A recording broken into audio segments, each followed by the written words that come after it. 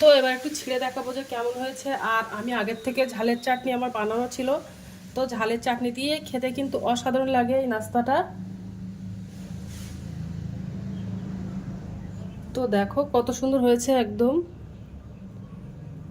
দেখেছো ভিতরে কত সুন্দর ফাঁপা ফোলা হয়েছে।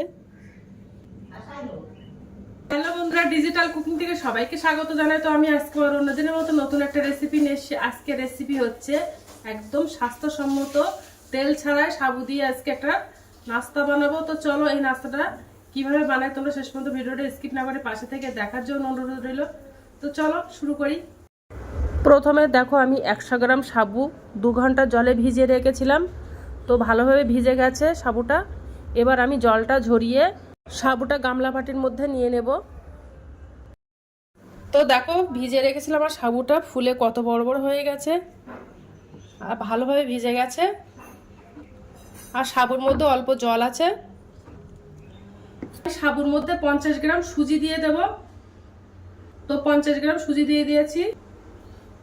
আর ওর মধ্যে আমি হাফ চামচেরও কম লবণ দিয়ে দিলাম। এবার সাবু আর সুজিটা ভালো করে চটকে মেখে নেব। বেশ হাত দিয়ে চেপে চেপে মেখে নেব।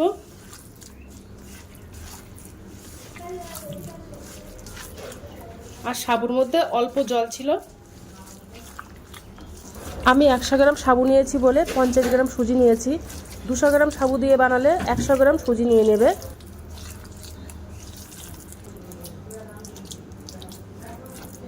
বেশ ভালো করে একটু হাত দিয়ে চেপে চেপে মেখে নেব সাবুটা।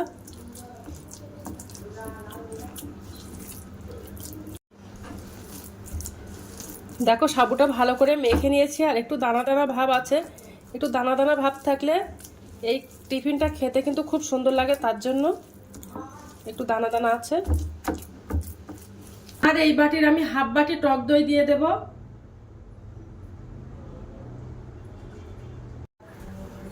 এবার টক দইটা দিয়ে ভালোভাবে মেখে নেব।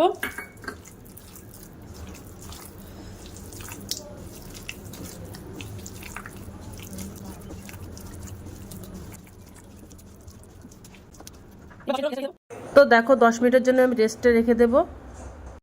হ্যালো বন্ধুরা, তো দেখো 10 মিনিট হয়ে গেছে। এবার আমি আবার চলে এসেছি। তো দেখো সাবুটা ফুলে গেছে কত সুন্দর। এবার আমি ওর মধ্যে 1 চামচের কম বেকিং পাউডার দিয়ে দিলাম। বেকিং পাউডার দিয়ে ভালো করে মিশিয়ে নেব।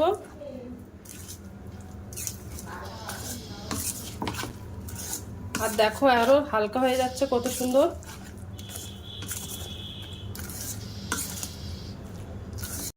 এবার আমি টিফিনগুলো সব ভাপ দিয়ে নেব। তো দেখো উনানে একটা কড়াই দিয়ে দিয়েছি, ওর মধ্যে জল দিয়ে দিলাম। আলু নিয়ে নিয়েছি, এতে তেল ব্রাশ করে নেব। একটু তেল দিয়ে দিয়েছি, দিয়ে তেল ব্রাশ করে নেব। সব দিকে লাগিয়ে দেব এই থালাটার মধ্যে। এবারে এই ছিদ্র থালার উপরে দিয়ে দেব গোল আকার করে।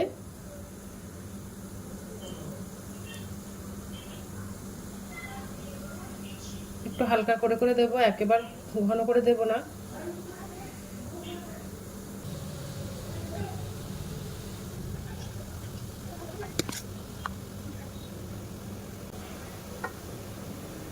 এবার উপর থেকে একটু চিলি ফ্লেক্স,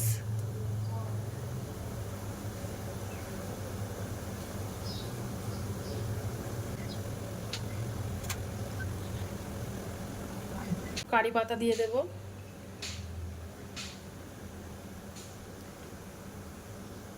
কারি পাতাটা দিলে বেশ সুন্দর একটা ফ্লেভার আসে, তার জন্য দিয়ে দিলাম। এবার একটা ঢাকনা চাপা দিয়ে দেব।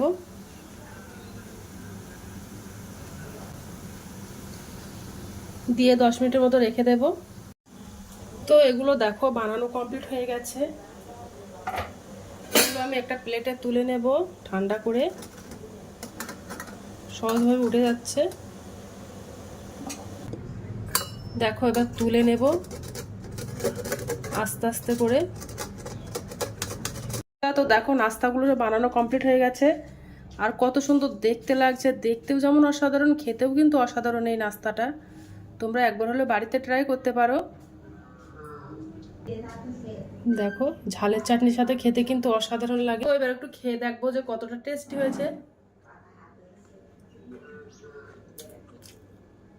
দিনের মতো ভিডিওটা এখানে শেষ করছি। আগামী দিন নতুন আবার একটা ভিডিও নিয়ে চলে আসবো। তো টাটা, বাই বাই, সবাই ভালো থাকবে, সুস্থ